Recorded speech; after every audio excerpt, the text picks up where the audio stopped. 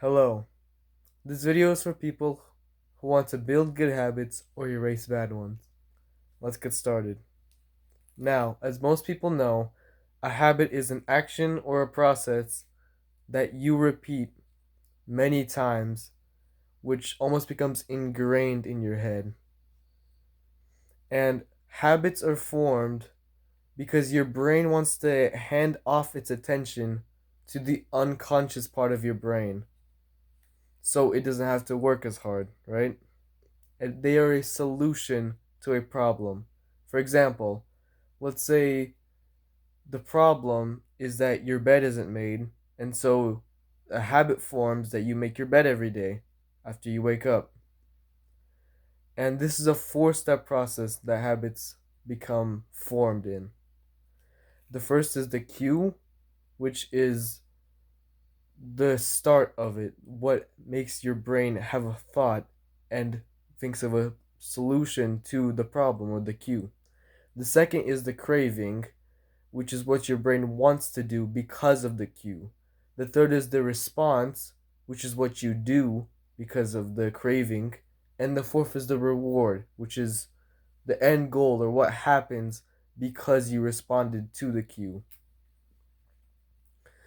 And to build up good habits, you're or to erase bad ones, let's start with the good habits first. Your cue needs to be obvious, your craving needs to be intense, your response needs to be easy, and your reward has to be satisfying. And today we'll be covering the cue part of that process.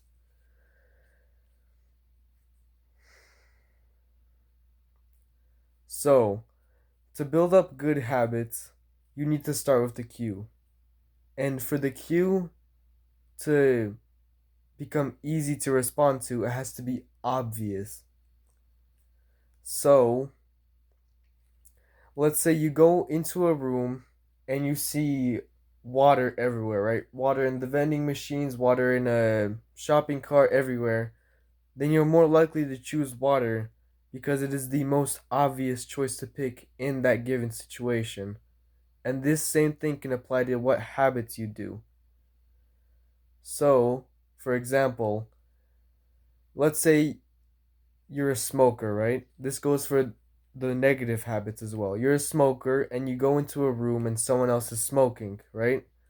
Then your brain will automatically want to smoke because it sees the cue of someone else smoking. And the first step, again, to break bad habits or to create good ones is to become aware of why you have the habits. You have to make almost a scoreboard of the habits you do. So, one long list sheet of paper, and write down every single habit you do every single day. So, an example could be you wake up, you make your bed, you put on your clothes, you make breakfast, you eat the breakfast, you brush your teeth, and so on and so forth for the whole day. And after you write the whole scoreboard, then you next to it you can either put a plus sign, which means it's a positive habit, a equal sign, which means it's a neutral one, and a minus sign, which shows it's a negative one. So, for example, waking up, that's neutral, you have to wake up anyways. Making your bed is a positive habit, and putting on your clothes is also probably a positive habit. But let's say for the breakfast you buy donuts and you eat that. With then you wouldn't put it as a negative because well, donuts are unhealthy. And you need to make that just to become aware of what habits you do. And you don't have to do anything just yet in this step. Just become aware to start your process.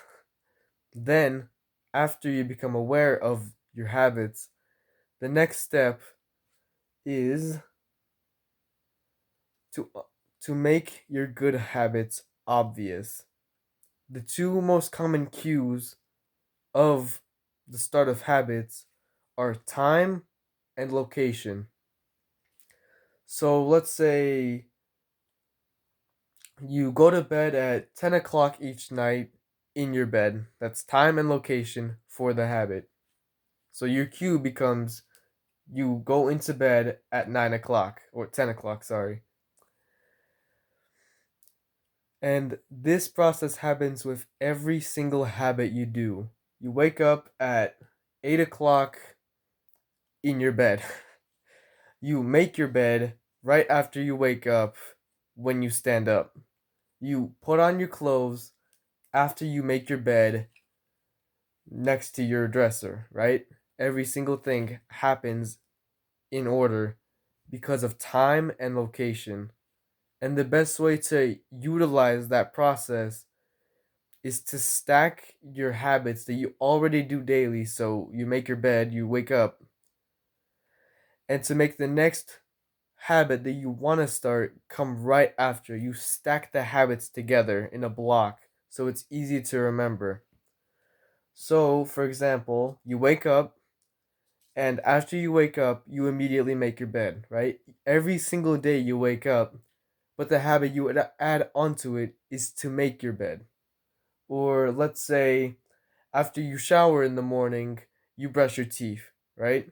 You stack one habit that you do every day and make another one. Well, you should be brushing your teeth every day, but you get the point.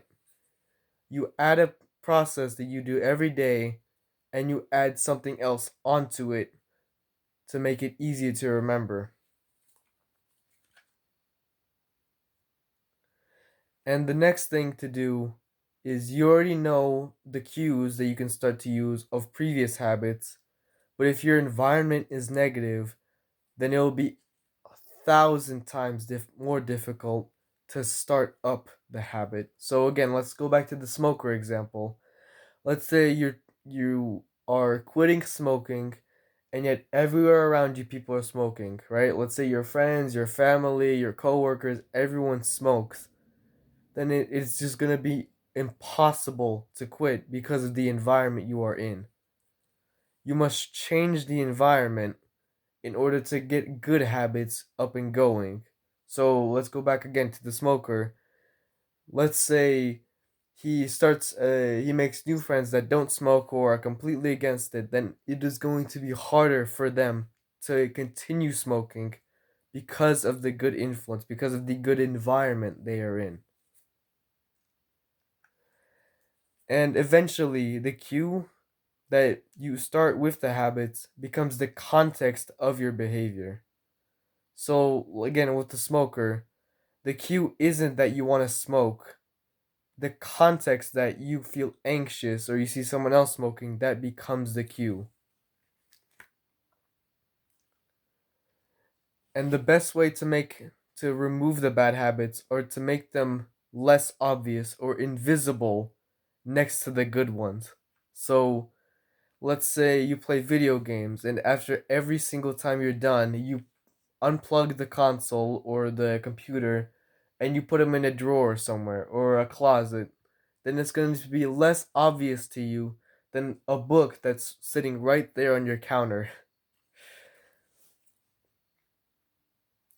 And also, it is easier to build good habits in a new environment where your current processes or your habits are not interfering with building the new one. So, again, let's say in your bedroom you play video games, you smoke, and you go to sleep, right? But let's say in your bedroom you also want to start writing. But anytime you go into your bedroom, it's going to be hard because you immediately want to start playing video games, right? So instead, you go outside or into a different room. So you have a different environment that you've never been in, a completely new one, and that's the only habit you do there, which will make it easier to start writing when that's the only environment you are in.